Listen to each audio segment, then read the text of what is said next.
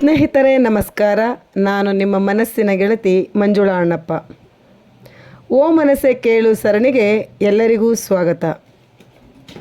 ನಮ್ಮ ಚಾನಲ್ನ ಇನ್ನೂ ಸಬ್ಸ್ಕ್ರೈಬ್ ಮಾಡಿಲ್ಲ ಅಂದರೆ ಸಬ್ಸ್ಕ್ರೈಬ್ ಮಾಡಿ, ವಿಡಿಯೋಗಳು ಇಷ್ಟ ಆದರೆ ಲೈಕ್ ಮಾಡಿ ಹಾಗೂ ಶೇರ್ ಮಾಡಿ. ಸ್ನೇಹಿತರೆ, ನನ್ನ ಇಂದಿನ ವಿಷಯ ರ್ಯಾಂಡಿ ಪಾಶ್ ರವರ ದ ಲಾಸ್ಟ್ ಲೆಕ್ಚರ್ ಪುಸ್ತಕದ ಬಗ್ಗೆ. ಅಮೇರಿಕದ ಕಾರ್ನೆಗಿ ಮೆಲನ್ ವಿಶ್ವವಿದ್ಯಾಲಯದ ಪ್ರೊಫೆಸರ್ ಆಗಿದ್ದ ಪ್ರತಿಷ್ಠಿತ ಆಡೋಬ್, ಗೂಗಲ್, ವಾಲ್ಟ್ ಡಿಸ್ನಿ ಯಂತಹ ವಿಶ್ವ ಪ್ರಸಿದ್ಧ ಸಂಸ್ಥೆಗಳಲ್ಲಿ ಕಾರ್ಯನಿರ್ವಹಿಸಿದ ರ್ಯಾಂಡಿ ಪಾಶ್ ತನ್ನ ಅತ್ಯಂತ ಕಿರಿಯ ವಯಸ್ಸಿನಲ್ಲಿ ಮಾರಕ ರೋಗ ಕ್ಯಾನ್ಸರ್ಗೆ ಬಲಿಯಾಗುತ್ತಾರೆ. ಅಪಾರ ಜೀವನ ಪ್ರೀತಿಯನ್ನು ಹೊಂದಿದ್ದ, ಒಂದರ ಮೇಲೊಂದು ಕನಸು ಕಂಡು ಅದನ್ನು ನನಸಾಗಿಸಲು ಹೋರಾಡಿದ, ಒಂದೊಂದು ಹೊಸ ಸಾಹಸಕ್ಕೂ ಮುಂದಾಗಲು 108 ವಿಘ್ನಗಳು ಎದುರಾದಾಗಲೂ ಅವುಗಳೆಲ್ಲವನ್ನು ಎದುರಿಸಿದವರಿಗೆ ಸಾವಿನ ಸವಾಲನ್ನು ಎದುರಿಸಲು ಸಾಧ್ಯವಾಗಲೇ ಇಲ್ಲ. ಆದರೆ ಸಾಯುವುದು ಗ್ಯಾರಂಟಿ ಎನ್ನಿಸಿದ ಮೇಲೆ ರ್ಯಾಂಡಿ ತಡ ಮಾಡಲಿಲ್ಲ.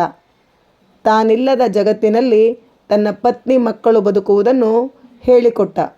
ತನ್ನ ಸಾವಿನ ಅಂಚಿನಲ್ಲಿ ರ್ಯಾಂಡಿ ಪಾಶ್ ನೀಡಿದ ಕೊನೆಯ ಉಪನ್ಯಾಸವೇ the last lecture. Randy Pausch ವೃತ್ತಿಯಿಂದ ಕಂಪ್ಯೂಟರ್ ವಿಜ್ಞಾನಿ. ದೊಡ್ಡ ಸಂಬಳದ ನೌಕರಿ, ಸಮಾಜದಲ್ಲಿ ಹೆಸರಿತ್ತು. ಅಪ್ಸರೆಯಂಥ ಹೆಂಡತಿ ಇದ್ದಳು. ಅರಮನೆಯಂಥ ಬಂಗಲೆ, 3 ತಲೆಮಾರಿಗೆ ಆಗುವಷ್ಟು ಬ್ಯಾಂಕ್ ಬ್ಯಾಲೆನ್ಸ್, 3 ಮಕ್ಕಳು. ಬದುಕಿನ ಮೊದಲ 37 ವರ್ಷದಲ್ಲಿ ಅಧ್ಯಯನ, ನೌಕರಿಯ ಹುಡುಕಾಟ, ಹೊಸ ಸಂಶೋಧನೆ, ಬೇರ್ಯಾವುದೋ ಕನಸಿನ ಸಾಕ್ಷಾತ್ಕಾರಕ್ಕಾಗಿ ವಿನಿಯೋಗಿಸಿಕೊಂಡ. ಕಡೆಗೊಮ್ಮೆ ಬಯಸಿದ್ದೆಲ್ಲ ಕಾಲ ಬೆಳೆಗೆ ಬಂದು ಬಿತ್ತಲ್ಲ. ಮುಂದೆ ಹೆಂಡತಿ ಮಕ್ಕಳೊಂದಿಗೆ ನೆಮ್ಮದಿಯಾಗಿ ಬದುಕೋಣ ಎಂದು ರ್ಯಾಂಡಿ ಅಂದುಕೊಂಡಾಗಲೇ ಕ್ಯಾನ್ಸರ್ ಎಂಬ ಹೆಮ್ಮಾರಿ ಅವನನ್ನು ಅಪ್ಪಿಕೊಂಡಿದ್ದಳು. ವಿಷಯ ಗೊತ್ತಾದಾಗ ರ್ಯಾಂಡಿ ಅಧೀರನಾದ. ಆತನ ಪತ್ನಿ ಜಯಂತು ಬಿಕ್ಕಳಿಸಿ ಅತ್ತಳು. ರ್ಯಾಂಡಿ ನೀಡಿದ 1 ಗಂಟೆಯ ಅಂತಿಮ ಉಪನ್ಯಾಸವನ್ನು ಈವರೆಗೆ 10 ಮಿಲಿಯನ್ ಜನ ವೀಕ್ಷಿಸಿದ್ದಾರೆ. ರ್ಯಾಂಡಿ ಬದುಕಿನ ಬಗ್ಗೆ ಮಾತನಾಡಿದ್ದಾನೆ. ಕನಸು ಕಾಣಬೇಕು, ಅವುಗಳನ್ನು ನನಸು ಮಾಡ್ಕೋಬೇಕು ಎಂದು ಕಿವಿಮಾತು ಹೇಳಿದ್ದಾನೆ. ಅವನ ಉಪನ್ಯಾಸದಲ್ಲಿ ಪ್ರೇಮ ಕಥೆ ಇದೆ, ಬಾಳವ್ಯತೆ ಇದೆ, ಸಂಕಟವಿದೆ, ಸಂತೋಷದ ಕಂಬನಿ ಇದೆ, ಬದುಕಿನೆಡೆಗೆ ಗಾಢ ಪ್ರೀತಿ ಇದೆ, ಸೋಲುಗಳ ಬಗ್ಗೆ ತಿರಸ್ಕಾರವಿದೆ, ನಡೆಯಬೇಕಾದ ಹಾದಿಯ ಬಗ್ಗೆ ನಿಚ್ಚಳ ಗುರಿ ಇದೆ. ತುಂಬಿದ ನಗೆಯೊಂದನ್ನು ಹೊತ್ತುಕೊಂಡೇ ಈ ಸುಂದರ ಲೋಕವನ್ನು ನಿಮ್ಮೆಲ್ಲರನ್ನು ಬಿಟ್ಟು ಹೋಗುತ್ತಿದ್ದೇನೆ. ನಿಮ್ಮ ಹಾರೈಕೆ ನನ್ನೊಂದಿಗಿರಲಿ ಎಂಬ ಗಟ್ಟಿಗುಂಡಿಗೆಯ ಮಾತಿದೆ. ಸಾವಿನಂಚಿನಲ್ಲಿ ತನ್ನ ಕುಟುಂಬದ ಸದಸ್ಯರೊಡನೆ ಸದಾ ಇರಬೇಕು ಎನ್ನುವ ಒಂದು ಬಯಕೆ ಒಂದೆಡೆಯಾದರೆ, ತಾನು ಸತ್ತ ನಂತರವೂ ತನ್ನ ಬದುಕಿನ ಉತ್ಕಟ ಪ್ರೇಮ ಜಗತ್ತಿಗೆ ತಿಳಿಯಬೇಕು, ಅದನ್ನು ನನ್ನ ಮಕ್ಕಳು ನೋಡಬೇಕು, ತನ್ನ ತಂದೆ ಎಷ್ಟು ಬದುಕನ್ನು ಪ್ರೀತಿಸುತ್ತಿದ್ದರು ಎಂಬುದನ್ನು ಅರಿಯಬೇಕು, ಹಾಗೆಯೇ ಜಗತ್ತಿನ ಎಲ್ಲ ಸಹೃದಯಗಳಿಗೂ ಇದು ತಲುಪಬೇಕು ಎಂಬ ಸದುದ್ದೇಶದಿಂದ ಅವರು ಅಂತಹ ಕ್ಲಿಷ್ಟಕರ ಪರಿಸ್ಥಿತಿಯಲ್ಲೂ ಸಹ 1 ಗಂಟೆಯ ಉಪನ್ಯಾಸವನ್ನು ನೀಡುತ್ತಾರೆ.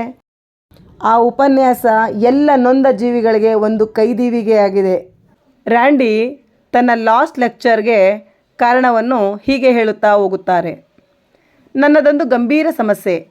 ನಾನು ದೈಹಿಕವಾಗಿ ಬಹುತೇಕ ಸದೃಢನಾಗಿದ್ದರೂ ನನ್ನ ಜಠರವನ್ನು 10 ಹುಣ್ಣುಗಳು ಕಿತ್ತು ತಿನ್ನುತ್ತಿವೆ. ನನ್ನ ಬದುಕು ಇನ್ನು ಕೆಲವೇ ತಿಂಗಳುಗಳಲ್ಲಿ ಅಂತ್ಯಗೊಳ್ಳಲಿದೆ. ಕನಸಿನ ಕನ್ಯೆಯಂತಹ ಪ್ರೀತಿಯ ಮಡದಿ, ಮುದ್ದಾದ 3 ಮಕ್ಕಳೇ ನನ್ನ ಸಂಸಾರ. ಅವರ ಮುಂದಿನ ಬದುಕಿನ ಬಗ್ಗೆ ನನಗೆ ವಿಷಾದವಿದ್ದರೂ ಅದು ನನಗಾಗಲಿ ಅವರಿಗಾಗಲಿ ಏನನ್ನೂ ಮಾಡಲಾರದು ಎಂಬುದು ನನಗೆ ಗೊತ್ತು. ಹಾಗಾದರೆ ಇನ್ನುಳಿದ ಕೆಲವೇ ದಿನಗಳನ್ನು ಕಳೆಯುವುದಾದರೂ ಹೇಗೆ?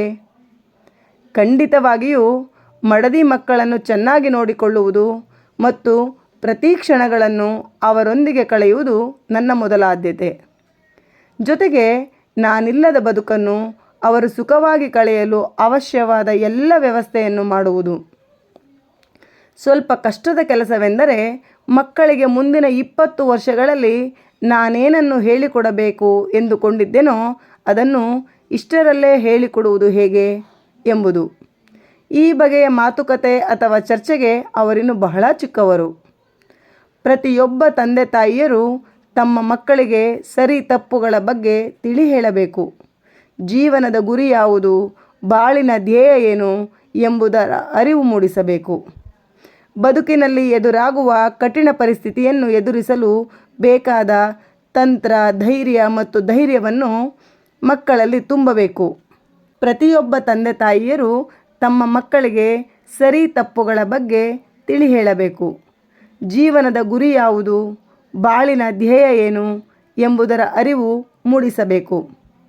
ಬದುಕಿನಲ್ಲಿ ಎದುರಾಗುವ ಕಠಿಣ ಪರಿಸ್ಥಿತಿಯನ್ನು ಎದುರಿಸಲು ಬೇಕಾದ ತಂತ್ರ, ಧೈರ್ಯ ಮತ್ತು ಸ್ಥೈರ್ಯವನ್ನು ಮಕ್ಕಳಲ್ಲಿ ತುಂಬಬೇಕು.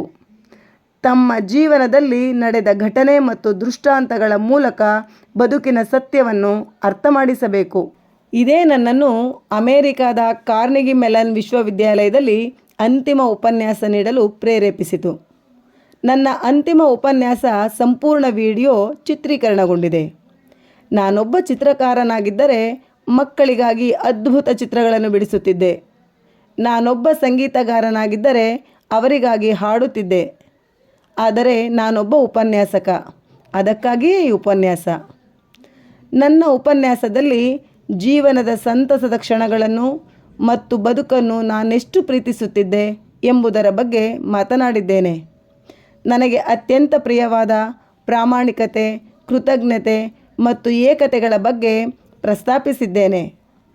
ಇದನ್ನೆಲ್ಲ ಹೇಳುವ ಭರದಲ್ಲಿ ಓದುಗರಿಗೂ ಕೇಳುಗರಿಗೂ ಹೆಚ್ಚು ಬೇಸರವಾಗದಂತೆ ಸಾಕಷ್ಟು ಎಚ್ಚರ ವಹಿಸಿದ್ದೇನೆ. ಅಂದು ಕಾರ್ನೆಗಿ ಮೆಲನ್ ವಿಶ್ವವಿದ್ಯಾಲಯದಲ್ಲಿ ನೀಡಿದ ಅಂತಿಮ ಉಪನ್ಯಾಸದ ಮುಂದುವರಿದ ಭಾಗವೇ ಈ ಪುಸ್ತಕ. ಸಮಯ ಅತ್ಯಮೂಲ್ಯ. ಉಳಿದಿರುವ ಕೆಲವೇ ದಿನಗಳನ್ನು ಮಕ್ಕಳೊಂದಿಗೆ ಕಳೆಯುವ ಹಂಬಲ ನನ್ನದು. ಅದಕ್ಕಾಗಿ ಈ ಪುಸ್ತಕ ಬರೆಯಲು ಜೆಫ್ರಿಯ ಸಹಾಯ ಕೋರಿದೆ. ನಿತ್ಯವೂ ಮನೆಯ ಸುತ್ತಮುತ್ತ ದ್ವಿಚಕ್ರ ವಾಹನದಲ್ಲಿ ಓಡಾಡುವುದು ನನ್ನ ಹವ್ಯಾಸಗಳಲ್ಲೊಂದು. ಇದು ನನ್ನ ಆರೋಗ್ಯಕ್ಕೆ ಅವಶ್ಯಕವೂ ಆಗಿತ್ತು. ಹೀಗಾಗಿ ಅಡ್ಡಾಡುವಾಗ ಮೊಬೈಲ್ ಫೋನ್ನಲ್ಲಿ ಜೆಫ್ ಜೊತೆ ಹಲವು ವಿಷಯಗಳ ಬಗ್ಗೆ ಚರ್ಚಿಸುತ್ತಿದ್ದೆ. ನಾನು ಆತನಿಗೆ ಹೇಳಿದ ಪ್ರತಿಯೊಂದು ವಿಚಾರವನ್ನು ಪುಸ್ತಕ ರೂಪಕ್ಕೆ ತರುವಲ್ಲಿ ಆತ ನನಗೆ ನೀಡಿದ ಸಮಯವೆಷ್ಟೋ. ನಿಜಕ್ಕೂ ಆತನಿಗೆ ನಾನು ಋಣಿ. ಬಹುಶಃ ಈ ಪುಸ್ತಕದಲ್ಲಿ ಪ್ರಸ್ತಾಪಿತವಾಗಿರುವ 53 ಕಥೆಗಳನ್ನು 53 ಉಪನ್ಯಾಸಗಳೆಂದೇ ಕರೆಯಬಹುದೇನೋ. ಪೋಷಕರು ಮಕ್ಕಳಿಗೆ ತಮ್ಮ ಜೀವಿತಾವಧಿಯಲ್ಲಿ ಹೇಳಿಕೊಡುವ ಪಾಠಕ್ಕೆ ನನ್ನ ಉಪನ್ಯಾಸವಾಗಲಿ ಅಥವಾ ಈ ಪುಸ್ತಕವಾಗಲಿ ಎಂದು ಸಮಾನಾಗಲಾರದು. ಆದರೆ ಜೀವನವೆಂಬುದು ಸಮಸ್ಯೆಗಳಿಗೆ ಪರಿಪಕ್ವವಾದ ಪರಿಹಾರವನ್ನು ನೀಡುವುದಷ್ಟೇ ಅಲ್ಲ, ಅದು ಇರುವ ಸಂಪನ್ಮೂಲಗಳನ್ನು ಉಪಯೋಗಿಸಿಕೊಂಡು ನಾವು ಬದುಕಿಗೆ ನೀಡಬಹುದಾದ ಉತ್ಕೃಷ್ಟತೆ. ಈ ಪುಸ್ತಕದಲ್ಲಿ ಅದನ್ನಷ್ಟೇ ನಾನು ಹೇಳ ಹೊರಟಿರುವುದು. ನಿಜಕ್ಕೂ ರ್ಯಾಂಡಿ ಪಾಷ್ ಒಬ್ಬ ಅತ್ಯುತ್ತಮ ತಂದೆಯಾಗಿ ಕಾಣಿಸಿಕೊಳ್ಳುತ್ತಾರೆ. ಯಾವತ್ತೂ ನಮ್ಮ ಬದುಕಿನಲ್ಲಿ 2 ದಾರಿಗಳಿರುತ್ತವೆ. ಸೋಲಿಗೆ ಅಥವಾ ಸಾವಿಗೆ ಅಂಜಿ ಹಿಂದೆ ಸರಿಯಬೇಕೇ ಅಥವಾ ಸಾವನ್ನು ಸೋಲನ್ನು ಮೆಟ್ಟಿ ನಿಲ್ಲಬೇಕೇ? ಇದಕ್ಕೆ ಸೂಕ್ತ ಉತ್ತರ ರ್ಯಾಂಡಿ ಪಾಷ್ ರವರ ಬದುಕು.